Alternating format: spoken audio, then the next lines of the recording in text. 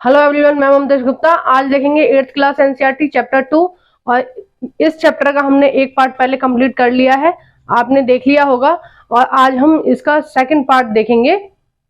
आइए शुरू करते हैं। व्यापार से साम्राज्य तक कंपनी की सत्ता स्थापित होती है।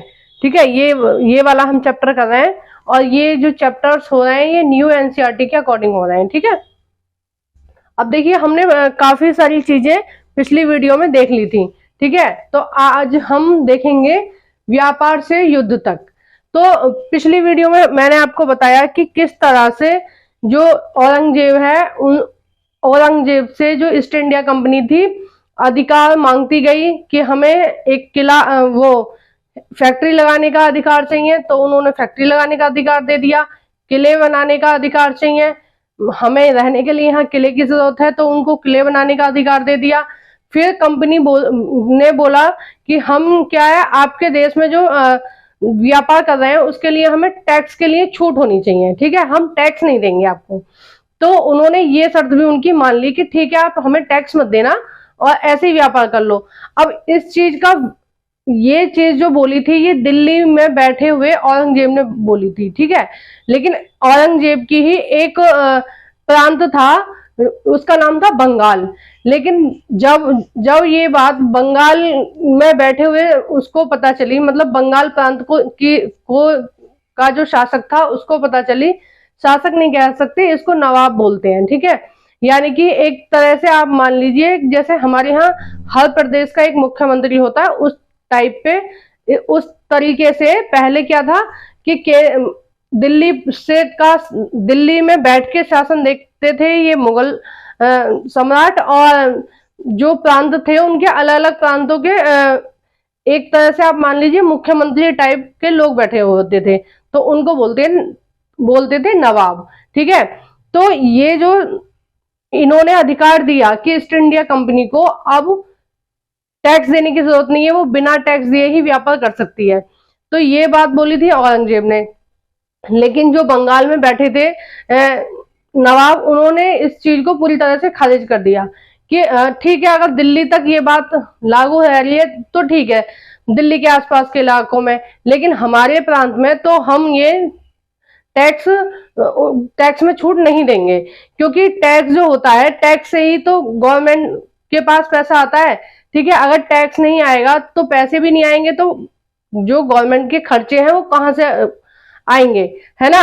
तो जैसे ही 1707 ईस्वी में औरंगजेब की मृत्यु हुई, औरंगजेब की मृत्यु के बाद क्या हुआ कि जो अलग अलग रियासतें थी, ठीक है, जो अलग अलग रियासतों के मालिक थे, वो उन्होंने अपने आप को सेपरेट कर लिया।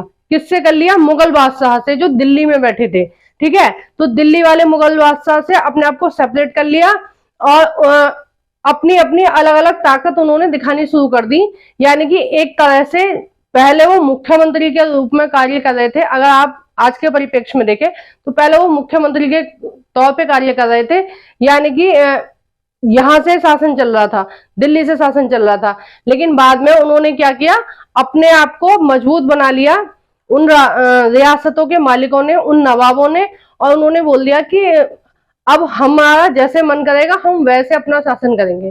ठीक है, हम मुगल बादशाह की बात नहीं मानेंगे। तो ये जो लड़ाई थी कंपनी की, मुगल बादशाह की और नवाबों के बीच चलती रही।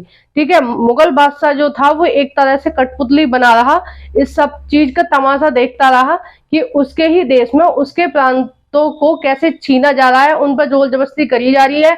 उसके बाद भी जो मुगल बादशाह थे वो अपने देश के लोगों की मदद नहीं कर रहे थे, वो मदद कर रहे थे ईस्ट इंडिया कंपनी की। ठीक है, अब देखिए ईस्ट इंडिया कंपनी क्या करती थी कि जैसे बंगाल से टैक्स लिया, है ना, तो अपना कुछ हिस्सा काट लिया, उसके बाद में अपना हिस्सा काट के बादशाह को दे दिया और बादशाह को दिखा दिया कि देखो तुम्हें तो यहाँ से हिलने की जरूरत नहीं है, अपनी सीट से आराम से आप बैठे रहो, बादशाह बने रहो, और जो टैक्स वैक्स है वो हम वसूल करके लाते रहेंगे। ठीक है, बाकी सारी चीज हम आपको देते रहेंगे।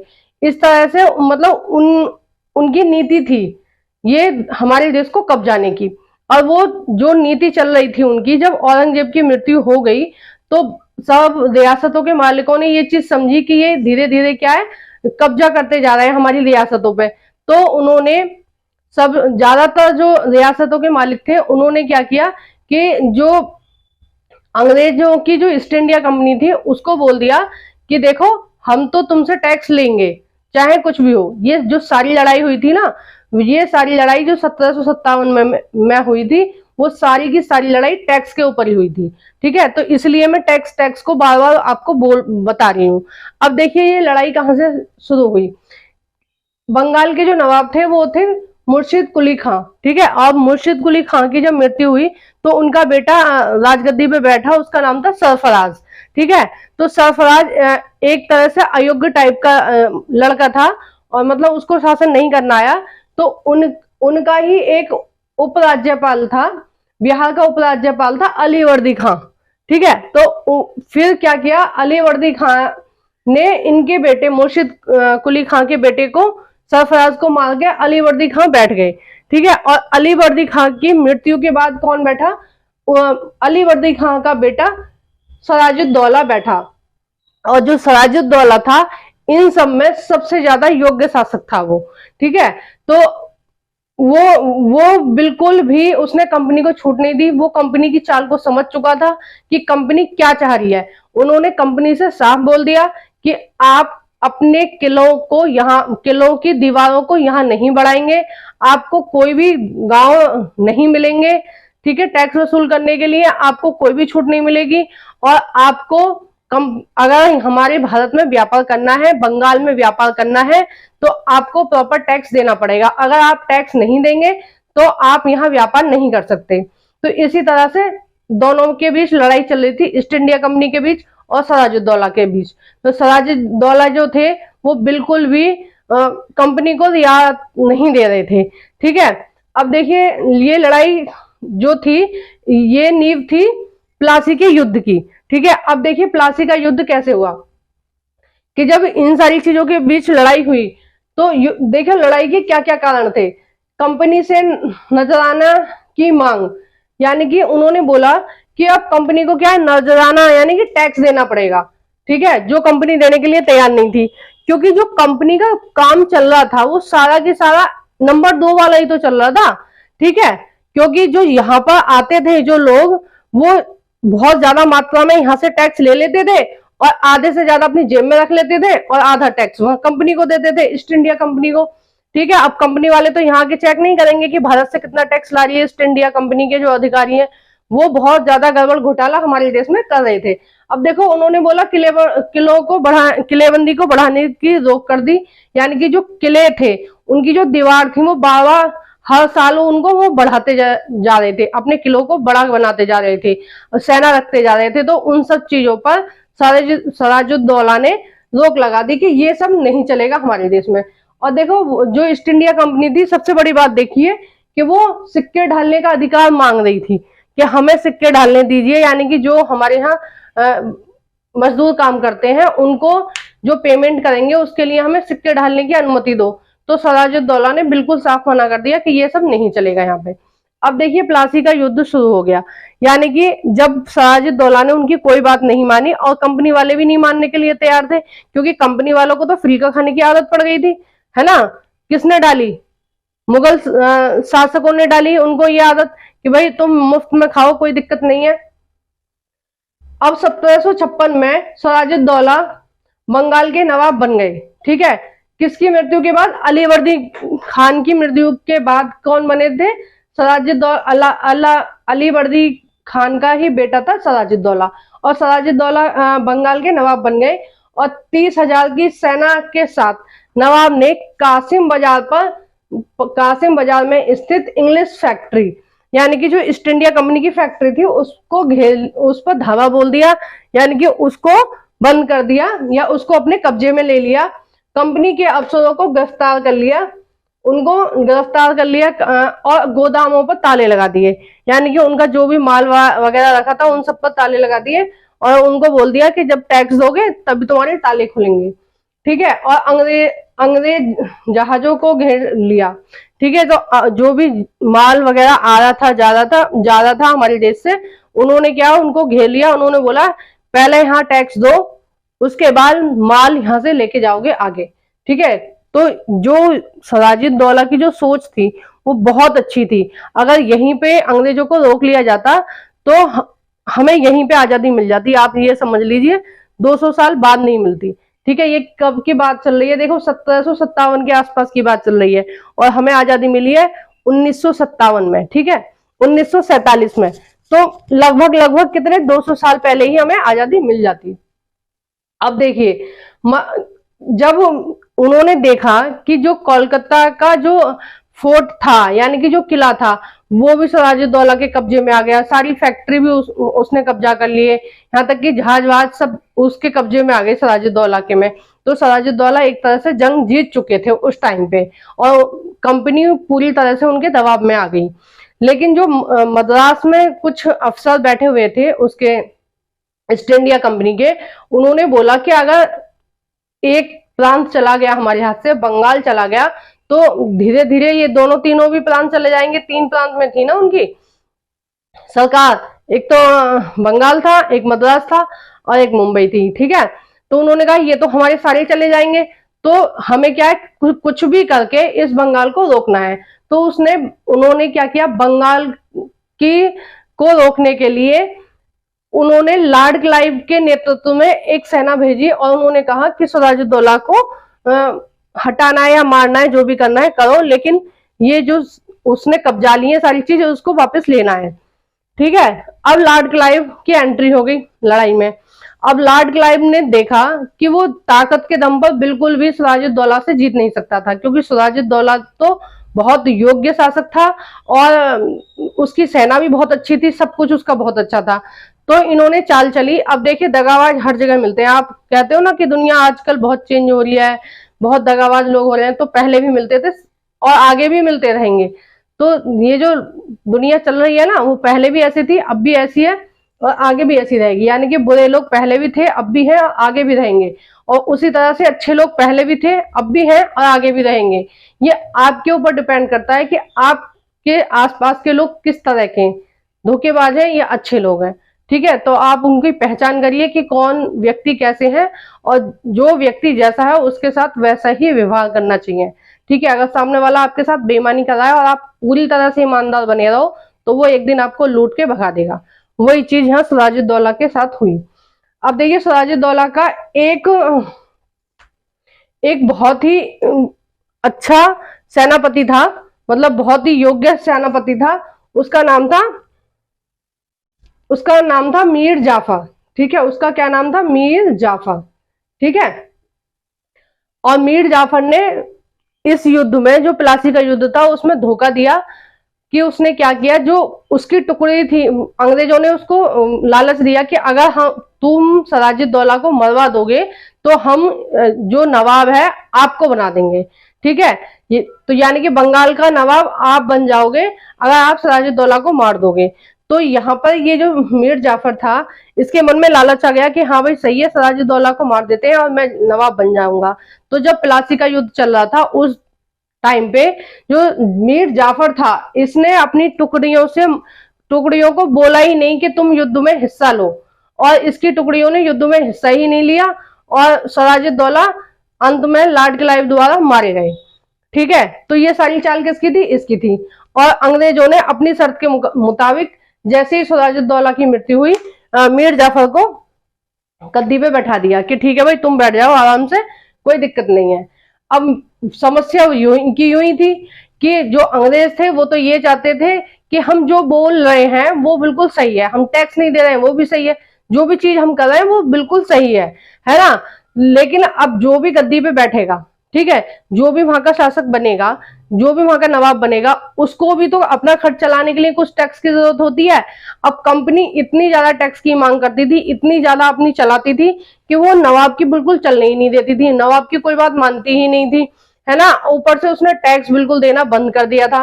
अब नवाब कब तक चलाएगा, मतलब खर्च चलाने के लिए पैसे की जरूरत होती है, वो मिल नहीं पा रहे थे नवाब को, क्योंकि जो जितना भी टैक्स आ रहा था वो सारा की सारा अंग्रेज ले रहे थे, और अंग्रेज ऊपर से टैक्स नहीं देते थे व्यापार करने का, खुद तो देते नहीं थे, और जो आ रहा था उसमें से भी उनको हिस्सा चाहिए था। तो इसलिए मीर जाफर ने विरोध करना शुरू किया कि भाई कंपनी इतनी मनमानी ढंग से अपना रौब नहीं दिखा सकती। तो बस कंपनी को तो एक कठपुतली सरकार चाहिए थी। कंपनी ने क्या किया, मीर जाफर को हटाकर मीर कासिम को बैठा दिया। किसको बैठा दिया, मीर कासिम को।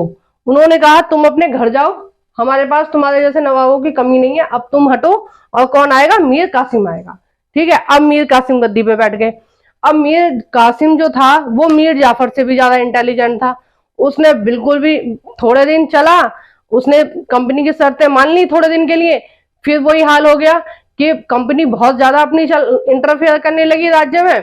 तो उन्होंने बोला कि भाई इस तरह से मत करो, कंपनी मानने के लिए तैयार नहीं थी। तो मीर कासिम ने बोला कि ठीक है, आ जाओ अब युद्ध कर लेते हैं।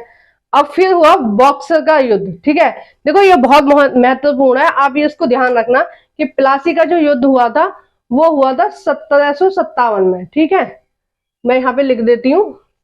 देखो प्लासी का जो युद्ध हुआ था वो हुआ था 1757 में। ठीक है, और देखिए बॉक्सर का जो युद्ध हुआ था वो हुआ था 1764 में। ठीक है, याद रहेगा ना, 1764 में। अब 1764 में जब युद्ध हुआ तो जीत किसकी हुई, हर बार की तरह अंग्रेजों की हुई। क्योंकि अंग्रेजी क्या थे, वो चाल खेलते थे, कुछ सेना को खरीद लेते थे, सेनापतियों को खरीद लेते थे, है ना। और ऊपर से उनके पास अच्छी टेक्नोलॉजी के बम थे, गोलियां थी। और हमारे यहाँ के जो शासक थे उनके पास उतनी अच्छी टेक्नोलॉजी के बम धमाके नहीं थे। तो निश्चित तौर पे कौन हारता था, हमारे यहाँ के लोग हार जाते थे और अंग्रेज जीत जाते थे, क्योंकि वो चालाक ज्यादा थे। ठीक है, अब जब लड़ाई हुई तो मीर कासिम मारा गया इस लड़ाई में। और अब मीर कासिम को हटा के दोबारा से कंपनी ने क्या बोला, मीर जाफर को बोल दिया कि ठीक है भाई मीर जाफर तुम बैठ जाओ गद्दी पर। और मीर कासिम की हत्या हो गई। ठीक है, अब मीर जाफर बैठ गए। अब मीर जाफर से इन्होंने तय किया कि अब ऐसा नहीं है जैसे पहले, जैसे तुम शासन कर रहे थे कि पहले की तरह ऐसे की ऐसे ही करोगे, अब वो फैसिलिटी तुम्हें नहीं मिलेगी। अब तुम्हें क्या करना पड़ेगा, तुम्हें उल्टा कंपनी को 5 लाख रुपए पर महीने का टैक्स देना पड़ेगा।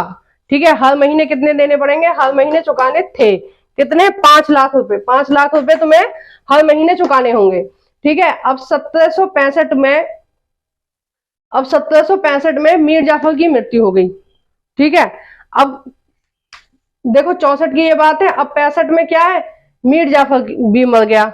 अब मीर जाफर मर गया तो फिर अब नवाब बनाने की बात आई कि भाई अब नवाब कौन बनेगा। तो इस बार अब कंपनी ने ये सोच लिया कि इस बार उसे किसी और को नवाब नहीं बनाना, क्योंकि वो कंपनी जिसको भी नवाब बनाती थी वो थोड़ा बहुत अपनी चलाता ही था, है ना। तो अब जो कंपनी थी उसने सीधे की सीधे मुगल बादशाह से बात कर ली कि अब जो दीवानी है वहां की बंगाल की वो उसे दे दी जाए। ठीक है, किसको दे दी जाए, कंपनी को दे दी जाए। तो देखिए जो बक्सर का युद्ध है ये बहुत मेन युद्ध है भारत के इतिहास में। ये मेन युद्ध है कि यहां से जो अंग्रेज थे उनको पूरा अधिकार मिल गया भारत में कुछ भी करने का। ठीक है, अब तक तो वो क्या है, बीच वाला काम कर रहे थे, मतलब उधर बादशाह से मिले हुए थे, इधर प्रांतों वाली सरकारों से लड़ रहे थे। लेकिन अब क्या है, वो एक प्रांत के मालिक बन गए, किसके, बंगाल के मालिक बन गए। ठीक है, अब वो बंगाल के मालिक बन गए। तो अब उन जो पहले व्यापार करने के लिए कुछ पैसे लेके आते थे वहां से और चीजों को खरीद के लेके जाते थे यहाँ से, क्योंकि वो हमारे यहाँ से माल लेके तो जाते थे लेकिन हमें कुछ सामान बेचते नहीं थे, क्योंकि हमारे यहाँ से क्या जा रहा था, कच्चा माल जा रहा था। अब कच्चा माल खरीदने के लिए पैसे भी तो चाहिए, हमारे यहाँ के किसान तो मांगेंगे ना, कोई भी चीज बेचेंगे, इलायची बेचेंगे, मिर्च बेचेंगे, मसाले बेचेंगे, कुछ भी बेचेंगे, उनको पैसे चाहिए, सूद बेचेंगे। तो अब उस पैसे के लिए वो लोग क्या करते थे, वहां से सोना लेके आते थे। लेकिन जब उन्हें बंगाल का नवाब बन गए, वो बंगाल की दीवानी मिल गई, बंगाल को का टैक्स वसूलने का उनको अधिकार दे दिया, किसने दे दिया, ये मुगल बादशाह ने दे दिया। ठीक है यार, ये मुगल बादशाह की सबसे बड़ी गलती थी कि उनको चाहे किसी को भी नवाब बनाना चाहिए था, लेकिन ये जो नवाब वाला जो काम है ये अंग्रेजों को नहीं सौंपना चाहिए था। और ये गलती किसने की, मुगल बादशाह ने की। और 1765 में जो अंग्रेज थे वो उनके हाथ में पूरी तरह से बंगाल आ गया। अब वो जो वहां से सोना लेके आ रहे थे वो उन्होंने इंग्लैंड से सोना लाना बंद कर दिया। हमारे यहाँ के लोगों से टैक्स वसूलते थे और उसी टैक्स से सामान खरीद लेते थे हमारे ही किसानों से, या जोर जबरदस्ती करके जैसे भी करके सामान खरीद के और अपने देश में बेचते थे और बहुत ज्यादा मुनाफा वो कमा रहे थे। ठीक है, और सबसे ज्यादा जो मुनाफा कमाया, जितने भी गवर्नर जनरल आए उनमें सबसे ज्यादा मुनाफा कमाया था लॉर्ड क्लाइव ने। ठीक है, अब देखिए ये सारी चीज मैंने आपको समझाती। अब एक नई हेडिंग है आपकी ही बुक में, कंपनी के अफसर नवाब बन बैठे। अब जो कंपनी के अफसर थे, यहाँ पर तो देखो यहाँ पर कौन सा शब्द प्रयोग हो जाता है, यहाँ पर शब्द प्रयोग हो जाता है नवाब। ठीक है, यहाँ पे क्या होता नवाब, और वहां पे क्या बोल रहे थे नवाब। ठीक है, वहां पे क्या बोल रहे थे नवाब, वहां पर ये बोल रहे थे, ये बा है, ठीक है, दोनों बा है ये, तो वहां पर नवाब बोल रहे थे। क्यों बोलते थे वहां पर नवाब, देखो उसका मेन कारण मैं आपको बताती हूँ कि 1743 में लॉर्ड क्लाइव इंग्लैंड से भारत आया था है, और भारत में भी कहाँ आया था, चेन्नई में, चेन्नई में आया था। चेन्नई का जो काम वगैरह है वो कौन देख रहा था, लॉर्ड क्लाइव था, लॉर्ड क्लाइव देख रहा था। जब उसकी उम्र कितनी थी, 18 वर्ष थी। ठीक है, और जब 1767 में वो यहाँ से गया, जब 1767 में वो यहाँ से गया तो उसके पास कितनी दौलत थी, 4,01,102 पौंड। ठीक है, 4,01,102 पौंड थी, यानी कि जो भारतीय रुपया है उनसे कई गुना ज्यादा। ठीक है, पौंड तो बहुत ज्यादा गुना बड़ा होता है भारतीय रुपयों से, तो उनके उसके पास क्या थी, बहुत ज्यादा संपत्ति उसने जोड़ ली थी। अब देखिए बहुत ही रोचक वाली बात यह है कि जो लॉर्ड क्लाइव थे, जब उनका दूसरा कार्यकाल चल रहा था, उनको इसलिए यहाँ उनको ये काम यहाँ पर दिया गया था कि जितना भी भ्रष्टाचार चल रहा है कंपनी में, जो कंपनी घूस ले रही है इधर उधर से, जो गलत तरीके से शासन कर रही है, उसकी रोकथाम के लिए उनको ये काम सौंपा गया था। किसको सौंपा गया था, लॉर्ड क्लाइव को। और लेकिन देखो हुआ उल्टा, कि उनको ये काम सौंपा गया था उनके दूसरे कार्यकाल में, जबकि 1772 में, कितने में, 1772 में ब्रिटिश की संसद में उनके खिलाफ खुद ही भ्रष्टाचार का आरोप लगा। यानी कि वो ऐसे कहते हैं ना कि चोर के हाथ में चाबी दे देना, वो वाला हिसाब हो गया। यानी कि लॉर्ड क्लाइव को भेजा था यहाँ का भ्रष्टाचार खत्म करने के लिए, लेकिन लॉर्ड क्लाइव ने सबसे ज्यादा यहाँ से पैसा कमाया, यानी लूट लिया हम लोगों को और पैसा वहां पर ले गए। ठीक है, और मुकदमा चला इनके ऊपर, और बाद में इन्होंने क्या किया, बाद में इनको निर्दोष करार दे दिया गया। अब देखो निर्दोष करार क्यों दे दिया गया, इतना सारा पैसा ये यहाँ से लेके गए, तो इन्होंने जज को भी पकड़ा दिए होंगे, कुछ कुछ वकील को पकड़ा दिए होंगे कि भाई मेरे को माफ कर दो, इतने पैसे तुम रख लो। अब लालच तो हर जगह चलता है, ठीक है, पैसों को तो कोई मना नहीं करता। तो वो क्या हुआ, बाइज्जत बरी हो गई, यानी कि उनको निर्दोष पाया। ठीक है, घूस के मामले में, जो उनके ऊपर आरोप चल रहा था उसके मामले में। अब देखिए 1774 में क्या हुआ, उन्होंने आत्महत्या कर ली। जब तुम दूसरों के ऊपर अत्याचार करते हो ना, कितने किसानों ने, जब उनसे टैक्स नहीं दिया जा रहा होगा तो कितने किसानों ने आत्महत्या करी होगी इस आदमी की वजह से। किसकी वजह से, लॉर्ड क्लाइव की वजह से। तो इसका मरना तो तय था, कोई किसी के साथ अगर हम गलत करते हैं तो हमारे साथ वैसा ही होता है। ठीक है, ये इस चीज का उदाहरण है। तो लॉर्ड क्लाइव ने जो हमारे साथ गड़बड़ करी थी, तो भगवान ने उसको भी सजा दी। बाद में उसने क्या किया, आत्महत्या कर ली। अब मैं आपको बोल रही थी कि उनको नवाब क्यों बोलते थे, क्योंकि जो भी इंग्लैंड से भारत आ रहा था शासन करने के लिए, कोई भी काम करने के लिए, वो क्या करते थे, 2-3 साल यहाँ जॉब करी या 8-10 साल यहाँ जॉब करी और बहुत सारा मात्रा में धन ले जाते थे। फिर वो पूरी जिंदगी, उन्हें कुछ करने की जरूरत नहीं थी, आराम से उस पैसे को खाते रहते थे। तो उनको वहां की लैंग्वेज में क्या बोलते थे, नवाब बोलते थे। क्या बोलते थे, नवाब बोलते थे वहां की लैंग्वेज में। वहां मतलब एक तरह से नवाब से ही बना है ये नवाब भी, तो वहां उनको नवाब बोलते थे और उनका मजाक उड़ाया जाता था कि देखो ये गलत तरीके से पैसे ला रहे हैं। जैसे आजकल हमारे यहाँ कार्टून बना के नेताओं का मजाक बनाते हैं ना, टीवी में आपने देखा कार्टून वगैरह से आते हैं कि ये गलत तरीके से पैसे कमा रहे हैं, जनता को लूट रहे हैं। उसी तरह से क्या है वहां पर इंग्लैंड में जो यहाँ पर शासन करने आते थे जितने भी कर्मचारी, और यहाँ से जब पैसे भर के वहां लेके जाते थे तो लोगों को पता चलता था कि भाई इतना सारा धनिया लेके आ रहे हैं तो वहां पे भारत में कुछ ना कुछ गलत काम कर ही रहे हैं। ठीक है, तो कोई वही सारी चीज यहाँ पर लिखी है। जो लोग इंग्लैंड से अफसर बनकर भारत आते थे उन्हें इंग्लैंड के लोग नवाब बोलते थे।